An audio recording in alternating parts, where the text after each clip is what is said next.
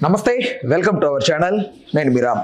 Big boss season 9 Telugu షోని ఆపేయండి అంటూ కొంతమంది బంజారా హిల్స్లో కంప్లైంట్ అయితే ఇచ్చారు. అయితే ప్రధానంగా కంప్లైంట్ వెనుకున్న కారణాలు బిగ్ బాస్లో ప్రజెంట్ జరుగుతున్న కొన్ని సిచ్యువేషన్స్ని వాళ్ళు అర్థం చేసుకున్న దాని ప్రకారం కొన్ని అసాంఘిక కార్యకలాపాలు లోపల జరుగుతున్నాయని, సమాజాన్ని భ్రష్టు పట్టించేలాగా ఈ షో ఉందని, చాలామంది పిల్లలకి ఇది ఎఫెక్ట్ అవుతుందని ప్రధానంగా వాళ్ళు భావించి కేసు అయితే నమోదు చేశారు.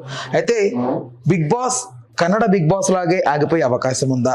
ఒకవేళ నిజంగా బిగ్ బాస్ అసలు సమాజంపై ఎలాంటి ప్రభావం చూపిస్తోందనే అంశంపై మనతో మాట్లాడడానికి ప్రముఖ సోషల్ యాక్టివిస్ట్ కృష్ణ కుమారి గారు ఉన్నారు. ఆవిడతో మాట్లాడదాం. అమ్మ నమస్తే. నమస్తే.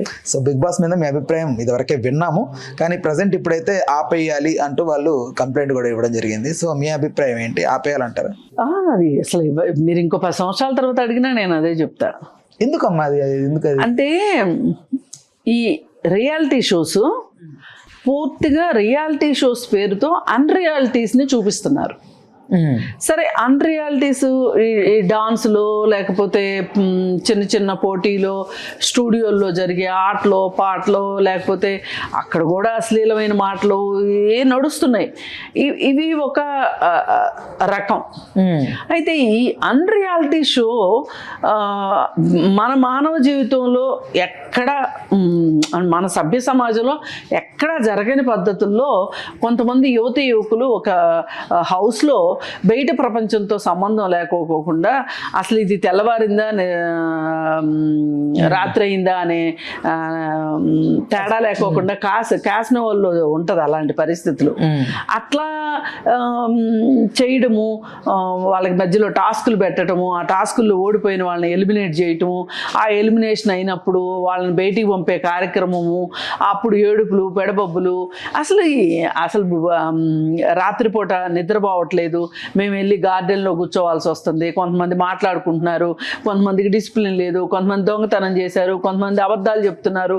అసలు ఎంత అల్లరి చిల్లరగా అసలు ఒక చిచోరి గ్యాంగ్ని తీసుకెళ్ళి లోపల పెట్టినట్టుంది తప్పితే మామూలు సభ్య సమాజంలో మనుషులు, మన పక్కనున్న మనుషులు వెళ్ళి దానిలో ఉన్నారా అంటే ఆశ్చర్యపోయేటట్లు ఉంది తప్పితే, అంటే రియల్గా జరగందే రియాలిటీ షో పేరుతోటి చూపిస్తున్నారు. అమ్మ, ఇప్పుడు ప్రతిదీ బిగ్ బాస్ లో జరిగే గొడవలు అవనివ్వండి, అల్లర్లు అవనివ్వండి, తిట్టుకోవడం, కొట్టుకోవడం, ఇవన్నీ సమాజంలో మన ఇంట్లోనే జరిగే సిచ్యువేషన్సే కదమ్మా. బట్ దాన్ని ఎందుకు అసలు మన ఇంట్లో అట్లా ఎందుకు జరుగుతుందండి? అసలు మన ఇంట్లో అలా ఎందుకు జరుగుతుంది? మన ఇంట్లో అంటే మనకి కొన్ని బంధాలు ఉన్నాయి. తల్లి, తండ్రి, కొడుకు, కూతురు, అమ్మమ్మ, తాతయ్య, లేదు నాయనమ్మ, తాతయ్య, మేనత్త, మేనమామ, ఇట్లా మనకు ఒక ఫ్యామిలీ ట్రీ ఉంటది. ఆ ఫ్యామిలీ ట్రీలో ఉంటారు. వాళ్ళు కొట్టుకోరా అంటే కొట్టుకుంటారు, ఎందుకు కొట్టుకోరు? కానీ ఏ సంబంధం లేని వాళ్ళు వెళ్ళి జనాలను రంజింపజేయటానికో లేకపోతే జనాలు ఈ షోలు చూసినందువల్ల, ఈ షో చూసినందువల్ల అడ్వర్టైజ్మెంట్ కంపెనీలు వచ్చి అడ్వర్టైజ్మెంట్లకు ఇస్తే ఈ బిగ్ బాస్ షో నిర్వాహకులు ఎవరైతే ఉన్నారో వాళ్ళకి కాసుల పంటగా అవుతుంది తప్పితే అసలు సామాన్య ప్రజలకు ఏంటి ఉపయోగం ఈ అన్రియాలిటీ షో వల్ల? అదేనండి నేను అంటుంది. ఇప్పుడు వ్యాపారం చెయ్యండి, వ్యాపారం చెయ్యొద్దని ఎవరు అనట్లేదు. వ్యాపారం అంటే ఈ వ్యాపారం దేని కిందకు వస్తుంది అంటే ఓ ఎంటర్టైన్మెంట్ కిందకు వస్తుంది. ఒక సినిమా, నాటకం, డ్రామా వీటి కిందకు వస్తుంది. అయితే ఇది అశ్లీలతతో కూడుకున్నది అంటే అక్కడ ఆడుతున్న ఆటలు జగుప్సాకరంగా ఉన్నాయి అనేది చాలామంది అభిప్రాయం. అయితే చాలామంది, కొంతమంది చెప్పొచ్చు, కొంతమంది చెప్పలేకపోవచ్చు. సిపిఐ నారాయణ గారు చెప్పిన దానికి నేను 100% నేను ఏకీభవిస్తూ ఒక అన్రియాలిటీ షోని రియాలిటీ షో లాగా చూపిస్తున్నారు, మన నెత్తినేసి రుద్దుతున్నారు. దీనివల్ల వీళ్ళు ఆడే ఆటలు, వీళ్ళు పాడే పాటలు, వీళ్ళు మాట్లాడే మాటలు, వీటన్నిటి వల్ల ఇళ్లలో కుటుంబ సమేతంగా కూర్చుని చూసేలాగా లేవు అవి. ఇప్పుడు జబర్దస్త్ షో లాంటి కొన్ని షోలు అక్కడ స్కిట్లు పరంగా కానివ్వండి, ఇంకాస్త ఎఫెక్టివ్ గా జనాల్లోకి వెళ్ళేలాగా కూడా అక్కడ కొన్ని జరుగుతున్నాయి. అరే అవన్నీ మా పరమశుద్ధంగా ఉన్నాయి, ఇది ఒక్కటే అశ్లీలమని నేను అనట్లేదు. వాటి మీద కూడా మనము మాట్లాడుతున్నాం, వాటిని కూడా వ్యతిరేకిస్తున్నాం. అలా కాకుండా ఇక్కడ కొంతమంది అమ్మాయిలు, కొంతమంది అబ్బాయిలను తీసుకొని వెళ్ళి ఒక ప్లేస్లో ఉంచేసేసి 24 గంటలు ఇంకా లోపల సమాచారం బయటకన్నా వస్తుంది కానీ అంటే అది పరిమితంగా వస్తుంది. ఇప్పుడు 24 గంటలు షూట్ చేస్తున్నారండి, 24 గంటలు మనకు చూపిస్తున్నారా? అంటే ఒక దాంట్లో లైవ్ స్ట్రీమ్ అవుతుంటది అమ్మా, ఐ మీన్ లైవ్ అవుతూ ఉంటది. అవునండి, మనకు చూపిస్తున్నారా? చూపించట్లేదు కదా. అదే కదా మనుషుల యొక్క ఏం జరుగుతుందా అని ఊహించే ఊహాశక్తే కదా. ఎక్కడో నిద్రాణంగా ఉన్న మన ప్రతి మనిషిలోనూ ఒక లేకి మనస్తత్వం ఉంటుంది, అవునన్నా కాదన్నా. ఒక దొంగ మనస్తత్వం ఉంటుంది, ఒక హింస మనస్తత్వం ఉంటుంది, అన్నీ కలగలిపి ఉంటుందండి. ఇప్పుడు ఇవన్నీ కలగలిసి ఒక మనిషి పుట్టుకతోనే అలా పుడతాడని అనుకోవద్దు మనం. ప్రతి మనిషిలోనూ ఉంటుంది. అయితే మనం మొక్కలకి ఎట్లయితే మంచి నీళ్లు మంచి ఎరువు వేసి మంచిగా పెంచుతామో అట్లాగే మన మెదడుకు కూడా మంచి ఇన్పుట్స్ ఇస్తూ ఉంటే మన మెదడు కూడా మంచిగా ఆలోచిస్తుంది, మంచిగా ప్రవర్తిస్తుంది, మంచిగా స్నేహ సంబంధాలు పెట్టుకుంటుంది. అట్లా కాకుండా ఇలాంటి తిక్క ఇలాంటి అసలు అక్కడ ఆ షోలో ఏం జరుగుతుంది, ఆ హౌస్లో ఏం జరుగుతుంది అనే ఉత్సుకత మనుషుల్ని అది ఎప్పుడేస్తారా అని చూడటం, పైగా చూసిందే పదే చూడటం, ఇవన్నీ మనుషుల్లో తెలియని ఒక ఉత్సుకతని రేకెత్తిచ్చేలాగా ఉంది. దీనివల్ల వనగూరే ప్రయోజనం ఏంటి అంటే, ఏ షో అయినా మీరు చెప్పండి. ఇప్పుడు కౌన్ బనేగా కరోడ్పతి ఉందండి. ఆ షో మొదలైన తర్వాత చాలా మందిలో జనరల్ నాలెడ్జ్ పుస్తకాలు చదవాలి అనేది వచ్చింది. ఇప్పుడు అందరూ షోకి వెళ్తారని కాదు, ఆ షోలో వచ్చే ప్రశ్నలకి నాకు ఎన్ని సమాధానాలు వచ్చు అని ఎవరికి వాళ్ళు సెల్ఫ్ చెక్ చేసుకునే వాళ్ళు చాలా మంది ఉన్నారు. అలా అది మన ఎటు డ్రైవ్ చేస్తుంది, ఒక తెలియని విషయాన్ని తెలుసుకునే వైపు డ్రైవ్ చేస్తుంది. ఇప్పుడు ఈ బిగ్ బాస్లో విషయం ఎటు డ్రైవ్ చేస్తాం మీరు చెప్పండి. పోనీ మీరు అంతేదో దాన్ని తెగ సమర్థించేస్తున్నారు కదా, మీరెందుకమ్మా అలా అనుకుంటారు, అసలు మీ మనసులోనే ఏదన్నా అశ్లీలత ఉందా, ఎందుకు మీరు అశ్లీలత అని పద్దాక మాట్లాడుతున్నారు, మీకు ఎందుకు అలా అనిపిస్తుంది అంటున్నారు కదా. సరే, మీకేమనిపిస్తుందో చెప్పండి. పోనీ నా సంగతి వదిలేయండి, నేను ఒక సోషల్ యాక్టివిస్ట్గా నేను ఎప్పుడు నెగిటివ్గానే మాట్లాడతాను, నాది నెగిటివ్ మైండే అనుకోండి. మీ పాజిటివ్ మైండ్తో మీరేం నేర్చుకుంటారు బిగ్ బాస్ షో చూసి చెప్పండి నాకు. నేను మీకు ఎగ్జాంపుల్ చూపించాను. కౌన్ బనేగా కరోడ్పతి వస్తే ఆ షో వల్ల ఏం నేర్చుకుంటుంది సమాజం, పిల్లల నుంచి పెద్దవాళ్ళ వరకు ముసలి వాళ్ళ వరకు ఆ షో చూసి ఎంజాయ్ చేస్తున్నారు కదా, నేర్చుకుంటున్నారు కదా. ఎంతో కొంత తెలియని విషయాన్ని తెలుసుకోవాలి, అన్వేషించాలి అనే ఒక ఉద్దేశం అయితే వస్తుంది కదా. అదే ఈ బిగ్ బాస్ లో ఏమి నేర్చుకుంటారో మీరు చెప్పండి నాకు. ఇప్పుడు సీరియల్ నాకు ఇవన్నీ వద్దండి. సీరియల్స్ ని వ్యతిరేకిస్తున్నాము, శ్రీదేవి డ్రామా కంపెనీని వ్యతిరేకిస్తున్నాము, జబర్దస్త్ ని వ్యతిరేకిస్తున్నాము, అవన్నీ మంచిగా ఉన్నాయండి, ఇది ఒక్కటే చెడ్డగా ఉందని నేనేం అనట్లేదు, వాటన్నిటిని వ్యతిరేకిస్తున్నాము. వాటన్నిటితో పాటు ఇది ఇంకా ఎక్కువగా ఉంది కాబట్టి, అంటే ఎక్కువ జనాల్లో ఉంది కాబట్టి, ఎక్కువ జనాల్లో అని కాదు, అసలు ఎందుకు ఆ మాట్లాడటాలు దానిలో పార్టిసిపేట్ చేసే మనుషులు ఎవరెవరు. ఇప్పుడు రీతు చౌదరి ఉందండి, ఆ రీతు చౌదరి ఏంటి చెప్పండి. బయట ఆమెకి సమాజంలో ఉన్న ఆమె స్థానం ఏంటి చెప్పండి. ఆమె ఈ బిగ్ బాస్కి షోకి వెళ్ళబోయే ముందు ఆమె చేసిన పనులు ఏంటో చెప్పండి. ఇప్పుడు ఆమె మనకి ఏదో నేర్పిస్తుందా, ఆమె మనకి ఏదో చెప్తుందా తెలియంది. ఇంకొకరు నేను పేర్లు చెప్పను, అన్ని మెసేజ్ ఓరియంటెడ్ ఎలా ఏమండి అసలు. పోనీ కాదండి, వినోదమే, అది ఏం వినోదం ఇస్తో మీరు నాకు చెప్పండి. ఏ రకమైన వినోదమో నాకు చెప్పండి. ఇప్పుడు మనకు పక్కింట్లో ఏం జరుగుతోంది, పక్కింట్లో ఏదైనా ఒక చిన్న అరుపు వస్తేనే అక్కడ ఏదో జరుగుతుంది వాళ్ళ ఇంట్లో అని చెప్పి హ్యూమన్ సైకాలజీలో, అంటే మనకు ఎస్పెషల్ మన ఇండియన్స్ అందరూ కూడా పక్కింటి తొంగి చూస్తూ ఉంటారు, మన ఇంట్లో పనులు ఎన్నున్నా పక్కన పెట్టి. అది తప్పు, ఆ తప్పునే ఎందుకు ఇంకాస్త నేర్పిస్తున్నారు, అది తప్పు, అది వద్దు అని చెప్పండి. మీరు దాన్నే ఒక రకంగా బిగ్ బాస్ లో ఇట్లా క్యాష్ ఆ క్యాష్ చేసుకుంటంలో మీరు ప్రజలకు ఏం నేర్పిస్తున్నారు, అది కరెక్ట్ అని నేర్పిస్తున్నారా, అది తప్పని నేర్పిస్తున్నారా, ఏం నేర్పిస్తున్నారు. ఈ రీతు చౌదరి వచ్చి అది నేర్పిస్తుందా మనకి? నోరు ధరిస్తే పచ్చి బూతులు మాట్లాడే అలేకే చిట్టి ఇవి ఏం నేర్పిస్తుంది మనకి? అలేకే చిట్టి పికిల్స్. ఆమె మాట్లాడిన బూతులు ఏంటి మర్చిపోయారు అప్పుడే అందరూ. అంటే బూతులు మాట్లాడటము, అలాగే అనైతికమైన పనులు చేయడము, రియల్ ఎస్టేట్ మోసాలు చేయటము, లేకపోతే పెళ్ళైన వాళ్ళని పెళ్లిళ్ళు చేసుకోవడము, ఎందుకు ఇంకొంచెం లేట్ అయింది, ఆ అమ్మాయిని కూడా తీసుకెళ్తే పోయేది కదా. ఎవరు నిన్న మొన్న ఏదో సౌమ్య శెట్టినో ఎవరో ఆమె కూడా వెళ్తే పోయేది కదా. ఆమెను ఆయన ఎవరైతే 86 లక్షలు ఇచ్చాడో భార్య ఉండగా ఇంకొక భార్య కావాల్సి వచ్చిందంట ఆయనకి. ఆయన ఎంత ధీమాగా చెప్తున్నాడండి బయటకు వచ్చి. అది ఓకేనమ్మా, దివ్యల మాధురి ఎవరైతే ఈవిడ ఉన్నారో ఈ దివ్యల మాధురి గారి వ్యవహార శైలి బిగ్ బాస్ లో బాగాలేదు. ఆవిడ కొంచెం గట్టిగా ఏదైతే దువ్వాడ శ్రీనివాస్ గారి వాళ్ళ ఆవిడతో రచ్చ టైంలో ఆవిడ మాట్లాడిన బిహేవియర్ ఉందో అదే బిహేవియర్ తో బిగ్ బాస్ లో ఉంది. ఆవిడ మాటలు చూస్తుంటే అందరికి ఏదో జుగుప్స్గా కనిపిస్తున్నాయి. అసలు ఆవిడ చిరాక్గా ఉంటుందని చాలా మంది. ఏమండి ఇది మొత్తం స్క్రిప్టెడ్ అండి అమ్మా, వాళ్ళ ఉద్దేశాలు వాళ్ళ మాటలు వాళ్ళ వ్యవహారం కాదు. అసలు దివ్యల మాధురిపై మీ అభిప్రాయం ఏందమ్మా? ఉండకూడదు ఆవిడ లోపల? ఎందుకు ఉండకూడదు? అరే నేను అంటున్నా, ఇప్పుడు అక్కడికి వెళ్ళిన వాళ్ళ గురించి నేను కొంతమంది గురించి చెప్పాను.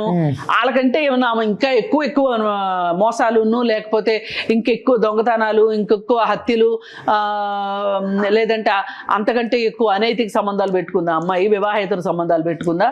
ఆమె వివాహేతర సంబంధము అనే దాన్ని నేను సమర్థించను. అది వివాహేతర సంబంధమే ఖచ్చితంగా. ఆమెకి భర్తతో పసుకులేదు, ఆయనకి భార్యతో పసుకులేదు. ఈ ఇద్దరు కలిసి ఉండటానికి వాళ్ళిద్దరికి లైసెన్స్ లేదు చట్టపరంగా. సుప్రీంకోర్టు ఒప్పుకుంది కదమ్మా. అరే నేను అదే అంటున్నా, మరి అలాంటప్పుడు మీరు ఆమె గురించి ఎందుకు మాట్లాడుతున్నారు? అంటే ఇప్పుడు బిగ్ బాస్ లోకి వెళ్ళింది కదా. అవును, వెళ్తే మటుకు బిగ్ బాస్ లోకి వెళ్ళటం ఏమన్నా మైనస్ పాయింటా ప్లస్ పాయింటా? అంటే చాలా మంది మైనస్, అసలు ఆవిడ ఎందుకు రాణిస్తున్నారు లోపలికి? అవునండి, సుప్రీంకోర్టు చెప్పిందని మీరు అంటున్నారు కదా. మరి సుప్రీంకోర్టు చెప్పిన దాని ప్రకారమే చూసుకుంటే గనక దివ్యల మాధురి తప్పే ఉంది. దివ్యల మాధురి తప్పు లేదు కదా. మరి అన్నప్పుడు ఆమె గురించి ఎందుకు మాట్లాడిస్తారు నాకు అర్థం కాదు. ఎందుకు మాట్లాడతారు ఆవిడ గురించే? ఇదంతా స్క్రిప్టెడ్ ప్రోగ్రాము. బిగ్ బాస్ లోకి వెళ్ళొచ్చిన వాళ్ళు వాళ్ళకి వెళ్ళేటప్పుడు వాళ్ళతోటి ఒక కాంట్రాక్ట్ ఉంటుంది. ఆ కాంట్రాక్ట్ లో ఉన్న నిబంధనల ప్రకారం మేము బయట ఎక్కడా మాట్లాడము, లోపల జరిగింది చెప్పము, చెబితే మేము శిక్షార్హులమి అని చెప్పి ఒక కాంట్రాక్ట్ మీద సైన్ పెట్టి లోపలికి వెళ్తారు. లేకపోతే బిగ్ బాస్ మధ్యలో ఎలిమినేట్ అయిన వాళ్ళు బయటకు వచ్చి లోపల ఏం జరుగుతుందో చెప్పరా? ఎందుకు చెప్పట్లేదు మరి? వాళ్ళు చెప్పకూడదు. రేపు దివ్యల మాధురి బయటకు వచ్చినా చెప్పదు, ఇంకొకరు బయటకు వచ్చినా చెప్పరు. నేను ఒకటే చెప్పదలుచుకున్నా, ఇప్పుడు అక్కడ ఉన్న చాలా మంది కంటే వాళ్ళకంటే ఎక్కువ తప్పులైతే దివ్యల మాధురి చేసిందని నేను అనుకోను. ఒక్కటి తప్ప అది విడాకులు తీసుకొని మనిషితోటి కలిసి ఉంటుంది అనేది ఒక్కటి తప్పితే మిగతా విషయాల్లో నేను ఆ అమ్మాయిని నేను తప్పు పట్టను. ఇంకా అంతకంటే వెధవ పనులు చేసిన వాళ్ళు బోల్డ్ మంది ఉన్నారు లోపల. ఉన్నారంటారు లోపల? ఎందుకు లేరు, ఉన్నదంతా వాళ్ళే. అదొక సెటిల్మెంట్ గ్యాంగ్ ఆ లోపల ఉన్నది. ఆ రీతు చౌదరి సంగతి ఏంటి చెప్పండి? రీతు చౌదరి సంగతి ఏంటి చెప్పండి? అంటే మొన్న ధర్మ మహేష్ ఇంతవరకు భూ దానికి సంబంధించి అది ఒక్కటే కాదు కదా, అంతకు ముందు బినామీగా ఉంది కదా. బినామీ యాక్ట్ ప్రకారం అసలు అమ్మాయి శిక్షించబడాలి కదా. అట్లాంటప్పుడు ఆ అమ్మాయి అసలు ఎందుకండి ఎట్లా వెళ్ళగలిగిందండి? ఏ అండా లేకుండా ఎట్లా వెళ్ళగలిగింది? ఈ సోకాల్డ్ నేను బినామీ చట్టం తీసుకొచ్చేచ్చానో అని మోడీ తెగ మోగుతున్నాడు కదా. ఆ బినామీ చట్టం ప్రకారం 7 ఇంతలో ఏమో ఫైన్ వేస్తామని చెప్పి బినామీ చట్టం, బినామీ పెట్టిన వాళ్ళని బినామీ పెట్టించుకున్న వాళ్ళని ఇద్దరిని శిక్షిస్తాము అని చెప్పి ఇంత పెద్ద గొంతేసుకుని అరిశాడు. ఇప్పుడు రీతు చౌదరి సంగతి ఏం చెప్పండి? అది చాలా క్లియర్ కట్గా ప్రూవ్ అయింది. ఆ ఆస్తి నాది కాదు, నాకు సంబంధం లేదు, వాళ్ళు రమ్మంటే వెళ్ళాను, నా పేరు మీద పెట్టారు, మళ్ళీ సంతకం పెట్టేయమంటే పెట్టేశాను అని ఆవిడ చెప్తుంది. అసలు ఆవిడ సేల్ కన్సిడరేషన్ ఇవ్వలేదు, సేల్ కన్సిడరేషన్ తీసుకోలేదు. ఎట్లా బినామీగాకి ఏమంటారు వాళ్ళని? ఇట్లా జరిగే ట్రాన్సాక్షన్నే బినామీ ట్రాన్సాక్షన్ అంటారు. మరి ఆమెను హౌస్లో ఎట్లుంచారు? మళ్ళీ పైగా ఆమె బినామీ ట్రాన్సాక్షన్ చేసుకునేటప్పుడు ఆ వ్యక్తి ఎవరైతే ఈమె పేరు మీదకి మార్చాడో లేకపోతే మార్చడానికి సహాయపడ్డాడో అతన్ని పెళ్లి చేసుకున్నట్లుగా పెళ్లి ఫోటోలు కూడా వచ్చినాయి. అతనికి ఇంకొక పెళ్లి అయ్యి ఉంది అంతకుముందు. ఇప్పుడు చెప్పండి, ఇట్లాంటి ట్రాన్సాక్షన్స్ మాధురి చేసిందా? ఎందుకు మాధురి ఇప్పుడు గుర్రాన్ని గాడిదని ఒక గాట కట్టడం కరెక్ట్ కాదు. అలా అని నేను మాధురిని సమర్థిస్తున్నానని ఎవరన్నా అనుకోవద్దు, చెప్తున్నా, ఎవ్వరు అనుకోవద్దు. అదే కానీ ఆ అమ్మాయి ఏదో ఇంత గొంతేసుకుని అరుస్తుంది అంటే, ఇంత గొంతేసుకుని అరిచిన వాళ్ళు అందరూ చెడ్డోళ్ళ? మాట్లాడకుండా ముంగిల్లా కూర్చునే వాళ్ళు మంచోళ్ళ కాదు కదా. నేను అసలు ఇంత మాట్లాడటమే వేస్ట్ అండి, మీరు నాతో ఇంతసేపు మాట్లాడించడమే వేస్ట్. ఆ షోనే దరిద్రపు షో, అది ఒక అశ్లీలమైనది. అమ్మా. అది ఒక లంపెన్ షో అది. Okay. ఆ? అక్కడికి ఇప్పుడు రేపు పొద్దున ఆ షో నుంచి వచ్చిన తర్వాత ప్రతిసారి షో నుంచి బయటకు వచ్చి 2-3 నేరస్తులు చట్టానికి దొరుకుతున్నారు, అవునా కాదా? ఈసారి విచిత్రం ఏంటంటే అసలు నేరస్తులే లోపలికి వెళ్ళారు. ఇప్పుడు జైళ్ళల్లో ఏం జరుగుతుంటదంటే ఒక నేరస్తుడు ఉంటాడు, బాగా కరుడుగట్టే నేరస్తుడు ఉంటాడు. ఎవడో ఒకడో చిన్న జేబు దొంగతనమో లేదా గొలుసు దొంగతనమో చేసి జైలుకి వెళ్తాడు.